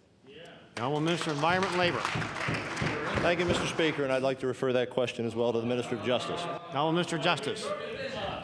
Thank you very much, Mr. Speaker. And again, to the honourable member, I can tell the honourable member that we're very concerned about this case, and we're reviewing this matter. To determine what action, if any, is appropriate.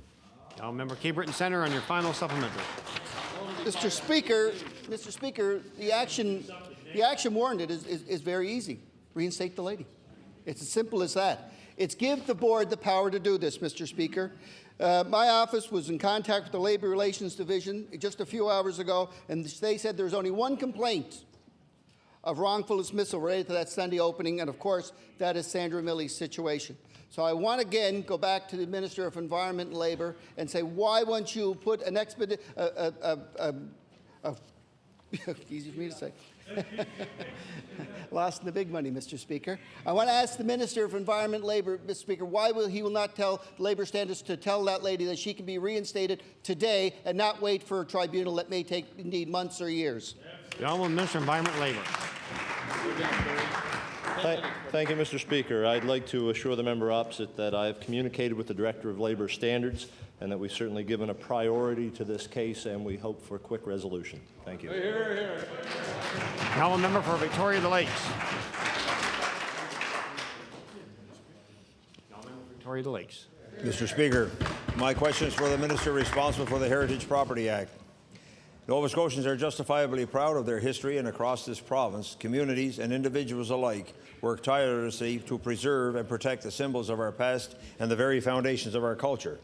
As the Minister is also responsible for the important industry of tourism, he too must be aware of the large number of tourists who come to appreciate our culture and to enjoy our built heritage.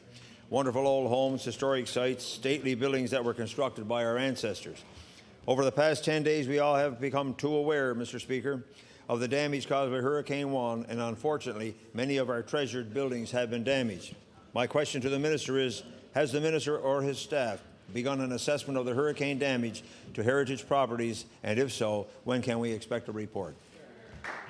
The Honourable Minister of Tourism and Culture. Thank you very much, Mr. Speaker. Indeed, right after Hurricane Juan, Mr. Speaker, I immediately began discussions with our senior staff to ask about the damage which occurred not only within department buildings, but also which occurred across the province with respect to heritage properties, Mr. Speaker. And indeed, our heritage property not only have the opportunity through insurance, but also to the Disaster Relief Assistance Program. And I'll refer that to the Minister responsible to expand on that, Mr. Speaker. Order, please. I think the question was answered. The Honourable Member for Victoria the Lakes. First supplementary. Mr. Speaker, at the heart of all those who do watch over these important sites is the fear that they will somehow be lost to the elements for sure and also to development. It is well known that many wonderful buildings have been knocked down in favor of modern structures that, while they provide legitimate services, they have been built. They could have been built at other locations, and with a great deal more consideration for the heritage itself. Mr. Speaker, my question to the Minister is: will he assure Nova Scotians that the problem now facing owners and operators of heritage homes and sites will not be overlooked in the admittedly massive recovery effort that is now taking place? Now, Minister of Tourism and Culture. Thank you very much, Mr. Speaker, and I'd like to thank the member for bringing that forward. Again, Mr. Speaker, there's over 250 heritage properties, provincial heritage registered properties across our province. Indeed, our heritage property program is one that is very important to us as a government. And, Mr. Speaker, I can assure the member that we do take that program seriously, and I will update the member with respect to any further updates I have for him in the House. The Honourable Member for Victoria the Lakes on your final supplementary. Mr. Speaker, I want to thank the Minister for his answer, and I'm sure that he and most members of the House can recall the loss of special places in their communities at one time or another. We have lost too many, Mr. Speaker, and that I'm afraid that the Heritage Property Act provides little comfort. In fact, sir, it has no teeth. There are no provisions in the Act to effectively deter unsympathetic development or the destruction of heritage property. My final supplementary to the Minister is, will the Minister undertake to bring to this House in this sitting constructive amendments to the Heritage Property Act and new regulations that will provide genuine protection for our built heritage? The Honourable Minister of Tourism and Culture. Mr. Speaker, with all due respect, I would have to disagree with the member's assertion that the Heritage Property Act is not being effective, although I am open to suggestions, Mr. Speaker. The Honourable Member for Dartmouth South, Portland Valley.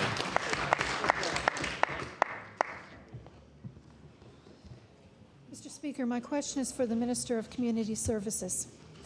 Media reports today accuse Nova Scotia of being the worst province in Canada for adoptees wishing to access birth records. Considering the United Nations says Canada is not doing enough to open adoption records, that's a dubious distinction. Adoptees in Nova Scotia have watched in frustration as Bill 17 regarding adoption disclosure was bounced around and stalled in the legislature. Mr. Speaker, I ask the Minister of Community Services, your government promised during the 1999 election to address this issue. What is the status of changes to adoption information legislation in this province? Hear, hear.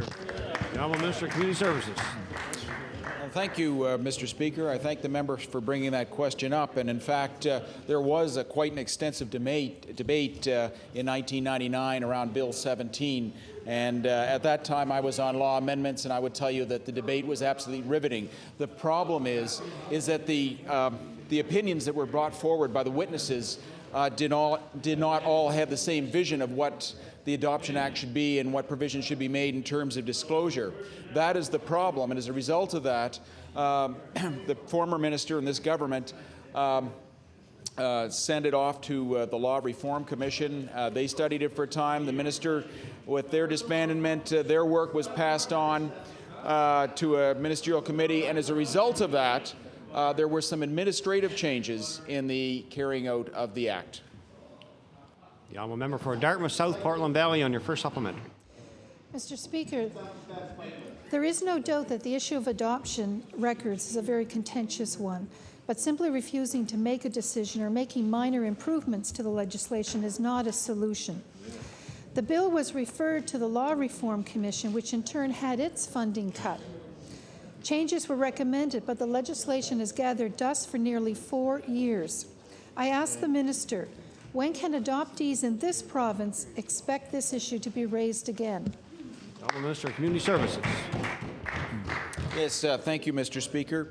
Mr. Speaker, the recommendation that came forward is that as people come forward today with looking at possibly adopting out their infants, we are advising them that they should not have the same assurance that adoptive parents years ago had about not having the birth records disclosed to the adult adoptee children when they reach the age of a majority.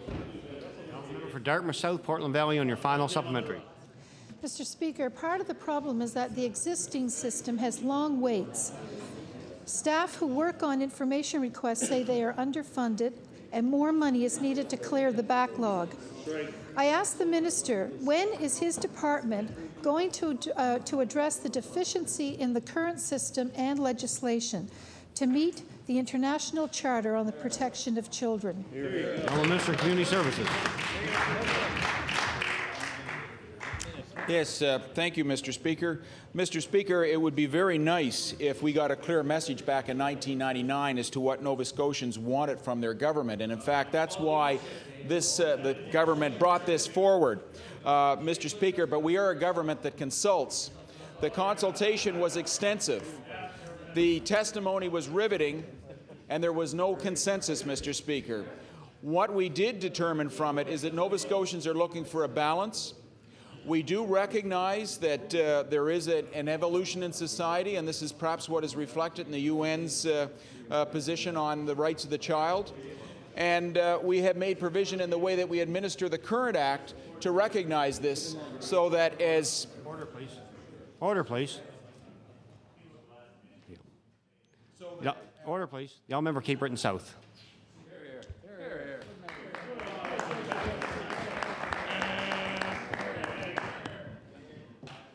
Thank you very much, Mr. Speaker.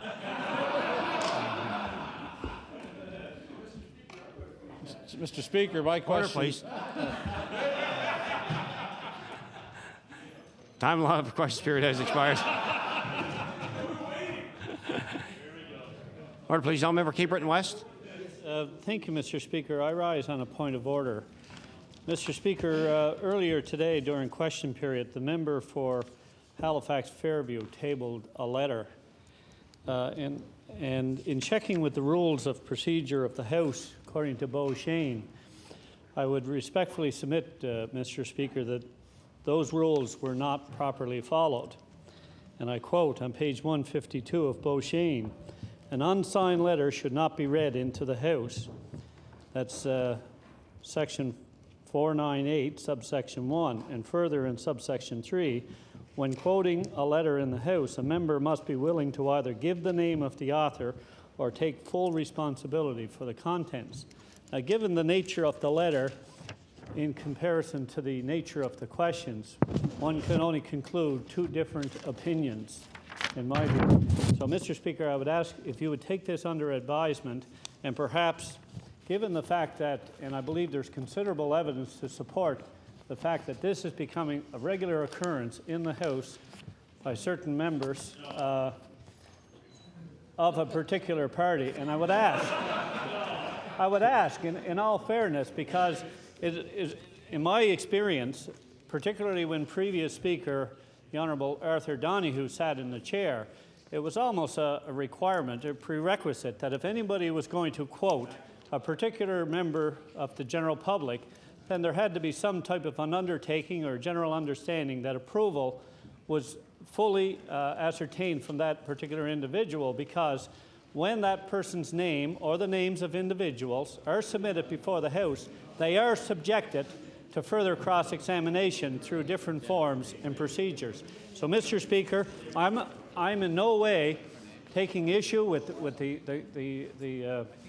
the matter that was raised by the honourable member. I think that's fair in rules of debate. But I am becoming increasingly concerned with the fact that the rules of this House are being continuously compromised. Thank you.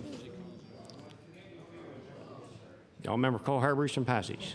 Thank you, Mr. Speaker. As the House Leader for the official opposition, I wanted to respond. Obviously, the member from Cape Breton West has asked you to take this under advisement. But I think, and I obviously deferring to you on the decision, but I think it's important to understand from our perspective, Mr. Speaker, that one of the first, before we go to Beau Shane, we have to look at what the customs of this House are. And the customs, with all due respect, the member noted Mr. Donoghue as a speaker, but Mr. Donoghue has not been a speaker in this House for over 10 years. And in the last 10 years, or at least since my time here in the last 5.5 years, I think this has become a custom.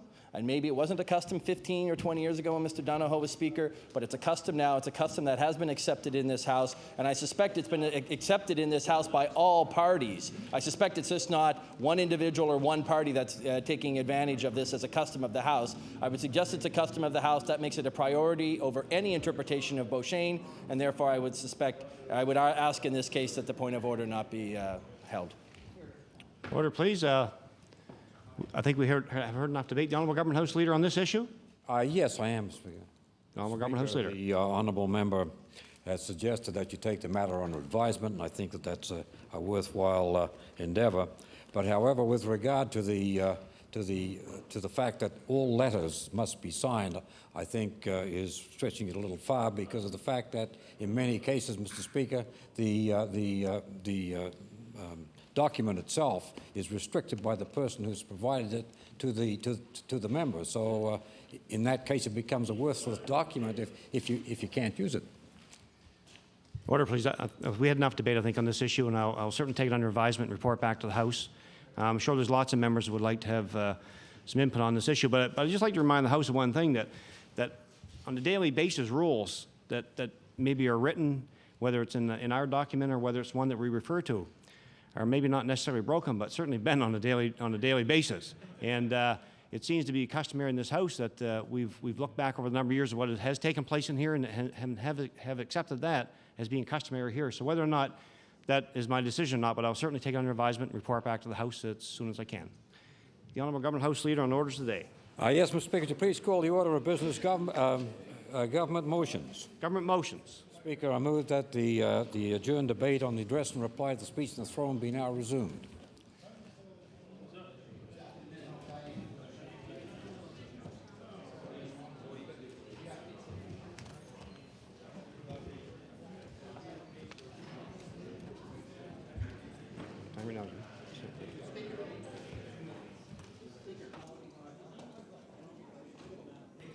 Who's that?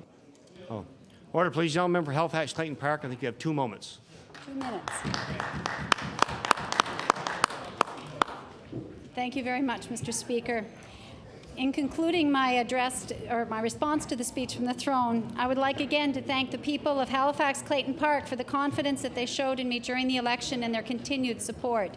I would also like to offer special thanks for the many volunteers who worked with me during the election. And in particular, I would like to mention Jeff Regan, the Member of Parliament for Halifax West. Order, please. The member for Halifax Clayton Park has the floor.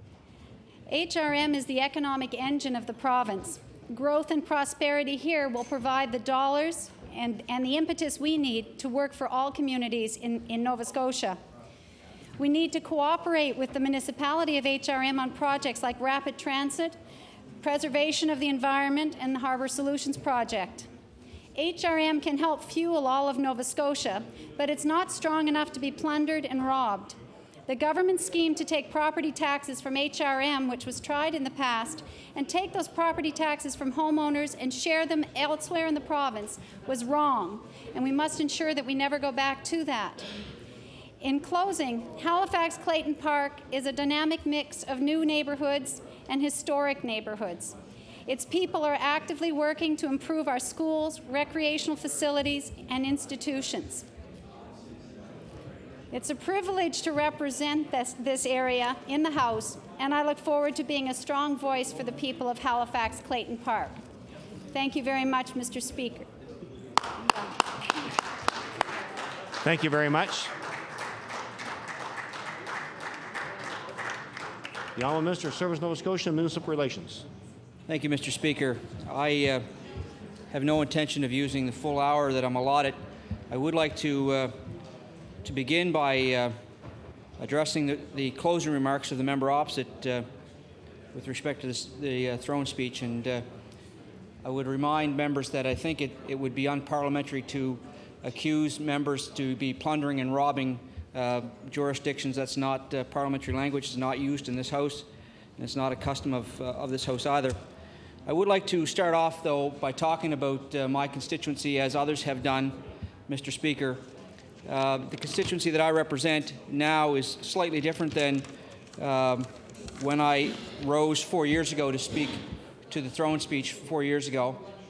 And, Mr. Speaker, 4 years ago, I represented the constituency of Sackville-Beaverbank, and under redistribution, a portion of my constituency was redistributed to a new riding of Beaverbank, Fall River, Waverley, and I received a portion of the former St. Margaret's Bay riding, and as a result of that, the community that I represented in Beaverbank is no longer represented by myself.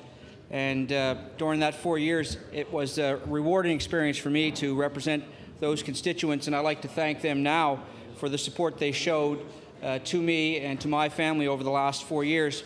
But I also want to take this time to welcome the new portion of the constituency that I've gained, and that is the area of Highland Park and Hammonds Plains. This new redistribution, now for the first time in a decade, brings together the community of Hammonds Plains that was severed as a result of redistribution 10 years ago. This is something that constituents have brought to my attention over the past 4 years, that they thought that it would make more sense that Hammonds Plains be brought together in one constituency, and as a result of redistribution, that's now the case. I represent a number of small communities within the constituency of Hammonds Plains, Upper Sackville, including the community around Springfield Lake in Middle Sackville, the community of Lucasville, of Upper Hammonds Plains, the community of Upper Sackville, Middle Sackville, a portion of Lower Sackville, as well as the community of Millwood, which is a Nova Scotia Department of Housing planned community within inside a community. In addition to that, I represent the community of Hammonds Plains, and inside Hammonds Plains, there are a number of large subdivisions. And it's interesting, I hear members talk about various communities that they represent. I have subdivisions, in many cases, that are larger than entire towns in this province. And I point to Kingswood as an example. The community of Kingswood, the subdivision of Kingswood, consists of over 1,000 homes, larger than many of the small towns in Nova Scotia. But it abuts another community, Glen Arbor and Maplewood on the Lakes. Combine those two subdivisions, including White Hills, another 1,000 homes, and often larger than many of the small towns in Nova Scotia. But, Mr. Speaker, as with other members, the issues of concern, of importance to the constituents that I represent are the same. It's a matter of providing good quality education, good quality health care, and reasonable family environment for people to live. In our community, we have experienced some of the most tremendous growth in this province, unprecedented as it's been described by others. We've seen a community that has grown. In 1976, I believe, the community that I represent, the larger community, was somewhere around 10,000. Now I think the wider community of both Sackville-Cobequid and Upper Sackville-Hammonds Plains is somewhere in the 70 to 80,000. A lot of that growth has happened in the last 5 to 7 years, particularly in the area that I represent. And we've seen growth, probably 4,000 or 5,000 building lots, brings along another 10,000 or 12,000 people. And that's what's necessitated the redistribution. That's what started to shape the new community that I represent. In our schools, Mr. Speaker, we talk about the growth, and that growth has provided tremendous pressures for the schools and the communities to absorb. Madeline Simons Middle School, which is really not a middle school, it actually is a grade 5 to 9 school, was to accommodate some growth in the Hammonds Plains area, and it left behind the grade primary to grade 4 in the Hammonds Plains Consolidated School, a school that, as of last year, had a population of about 800 students. And as we all know, that's far greater than an ideal population for an elementary school, especially an elementary school that only goes from grade primary to grade 4. As a result of that growth and that pressure, the school board was forced to deal with that, and what they ended up doing, Mr. Speaker, is redistributing some of those students to adjacent schools to accommodate the growth. There were, I think, 9 portables on the site. All of those portables were filled to capacity, and the school board, in its wisdom, was able to redistribute some of those students on a temporary basis to schools in Rockingham and the surrounding communities. And as a result of that redistribution and school board's decision around sites and schools, the community of Kingswood and Hammonds Plains is now expecting a new school to open in September of 2005. And that school will address the immediate needs of those students and will bring back those bodies of students back into one school. It's envisioned that it will be a primary to grade 9 school. And I can tell you, Mr. Speaker, that school would not have become a reality without the hard work and the dedicated, committed parents who were able to demonstrate clearly to our government and to the school board the need for that school. And there were people, Mr. Speaker, that deserve a great deal of credit, and I point to people like Marlene Fairhurst-Vaughan and Richard DeLong and others who worked very hard to make sure that government was aware of their concern, make sure the school board was aware of their concern, and make sure they had their numbers and their facts straight so that we were able to make the kind of decision that we made to announce that school. Now, back in the spring of this year in the legislature, knowing that government was making a decision to build a new school for Hammonds Plains and to make other infrastructure requirements for our community, like the Cobequid Community Health Centre, I had asked the Liberal caucus if they could confirm to Nova Scotians exactly what their intention was with respect to capital debt redistribution or reduction. They said in advance of the election they wanted to reduce capital spending. So I asked them to provide a level of protection to the people that I represent. Was part of their plan to cut the school for Hammonds Plains? Was part of their plan to cut the Cobequid Multi-Service Centre? Was part of their plan to cut Highway 101? And I asked them to convey that in advance of the election so that the people I represent and the people who they were hoping to represent would have a clear understanding before the election where that party stood, so they can make a choice based on fact. To this day, they've never received their answer. And it was interesting when we were going out knocking on doors, and we knocked on a great many doors throughout the constituency. We heard some rumblings from the opposition that they were in support of these programs, but we could never get on the record from their leader or their party whether or not they supported the construction of a new school in Kingswood, or whether or not they supported the construction of the Cobequid Multi-Service Centre. They put it in their brochures, they talked about it on the doors, but they never would say it in a public format. They had plenty of opportunity. Not only did I ask them here in the House, on the floor, but I also asked them through a press release and through the media, and they still, to this date, have never told the people that I represent what their position was. And I found it amusing that they would take opportunities on doorsteps and at barbecues to tell them when they knew they didn't have to defend that back here in the legislature or to other constituencies. And frankly, I find it a tactic that has been used by politicians in time and memoriam, and I find it an appalling tactic that shouldn't be used. I want to spend some time talking about the Cobequid Community Health Centre. Now, this week, the Cobequid Community Health Centre will reach a milestone. It's the intention of the foundation to turn a sod this week. Although construction began a couple of weeks ago or a couple of months ago, they're going to do their formal sod turning ceremony, and people in the community are starting to wonder, they seem to have a ceremony at every milestone. Well, it's an initiative of the foundation to keep the community's interest, because they know that there's an important need to raise the community's share of the contribution toward that facility. And the foundation are doing a very good job at reaching that community, and they use these types of milestones to help remind the community of their contribution, and to help them help us and to help all constituents. So construction has begun on the new Cobequid Health Centre. It's something that's badly needed by our community, and it's something that will serve the needs and the aspirations of our community well into the future. It replaces a retired liquor store that was retrofitted twice over and made to a health center, and I'm sure that the community will be very pleased with the outcome.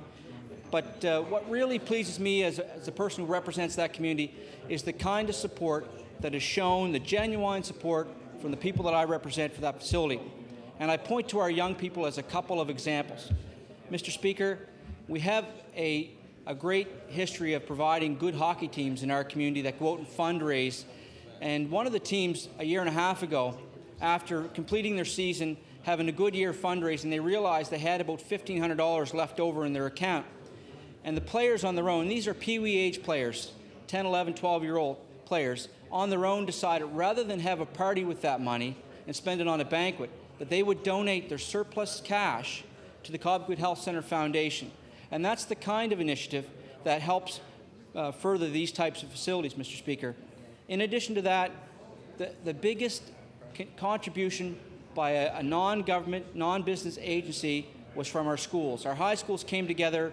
Lockview High School, Sackville High School, Millwood High School, and Charles P. Allen all came together to make a sizable contribution to the facility. They work hard each and every semester, raising their money through various fundraising initiatives. They made that pledge, and it's my expectation, and they'll meet that obligation. I want to shift as well a little bit to in Sackville, we have a long tradition of supporting our sports and our recreation. We have many incredible facilities, and I point to the first facility of its type in Atlantic Canada, if not in Canada, and that's Weir Field. It's a facility that was funded out of one of the worst environmental nightmares that our community has faced, and that is the Highway 101 landfill. As a result of hosting a landfill for 25 years that was poorly run and poorly managed, the community was given an opportunity to turn itself around through some funding, and we took that money as a community and we invested it right squarely in the community where the landfill was hosted, and we built one of the best soccer facilities and football facilities that exist in Atlantic Canada, if not in Canada. We had the first synthetic surface outside of a university in Atlantic Canada. That field is known by soccer players not just around the province, but around the Atlantic provinces. In fact, that facility has been visited by CFL officials and by NFL officials to see the quality of that facility. It is truly a remarkable facility.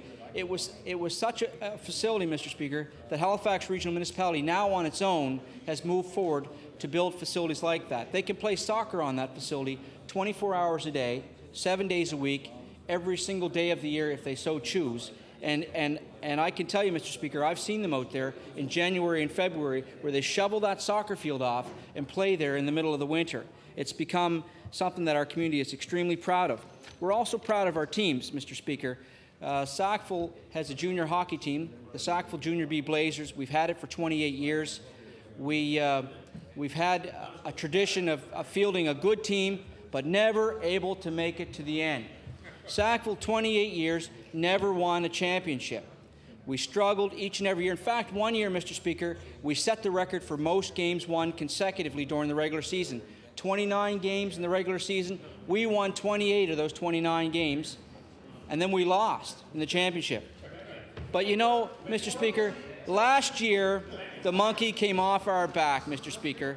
Last year, the Sackville Blazers, for the first time in the history of that franchise, not only did we win the Nova Scotia Junior B title, but we went on to Mount Pearl, Newfoundland, and we won the Atlantic Championship. And it's a testament to the young people that worked so hard and committed so much, and it's a testament to the coaches, people like Andy Conrad, who's committed almost a decade of his time to furthering the development of those young people. And Mr. Speaker, they knew they could do it, and they did it, and that just shows the kind of spirit that our community has in Sackville. We field good teams and good athletes, and I want to mention a couple of them, Mr. Speaker. A young fellow that I know quite well, Kristen Dion, is an athlete in our community. He's a national snowboarding champion. He's ranked, I think, number 4 or number 5 in the country in snowboarding. But, you know, he's not just a snowboarder. Kristen Dion is involved in hockey, in baseball. He's a well-rounded athlete. He's a good student. He's involved in music as well, Mr. Speaker, and he's a good kid. And Kristen is a role model for many of the young people. He's now a grade 12 student at Millwood High School, for many of the young people coming up. But Kristen, his desire and his intensity as an athlete really is the kind of intensity that makes champions out of young people. And I point to people like Neil Pashkoski, who is a hockey player and a baseball player in our community, who by stature is small. And I know many people have told Neil that, Neil, you probably won't make the NHL because of your size. He's a 15-year-old boy who is small by stature, but I've never in my life witnessed a young person who has been able to overcome that issue and who has pure determination like Neil Pashkoski. And Neil is the kind of athlete that in our community we're so proud of. And there are others, Mr. Speaker, and I could go on to infinity and talk about them. But you know, Mr. Speaker, I won't spend a great deal of time just talking about the constituency that I represent. I'm so proud of them, and I think they've accomplished so much. I want to spend a little bit of time talking about the election as well. During this last election, I knocked on over 9,000 doors during the last election. I still didn't get to all of them. In fact, I think I have about 1,000 or maybe 1,100 doors left to get to.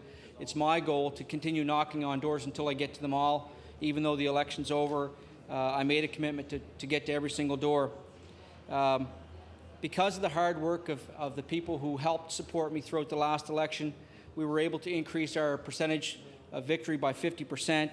And I want to thank those people here and now for all the hard work that they gave and committed to me so that I could be here representing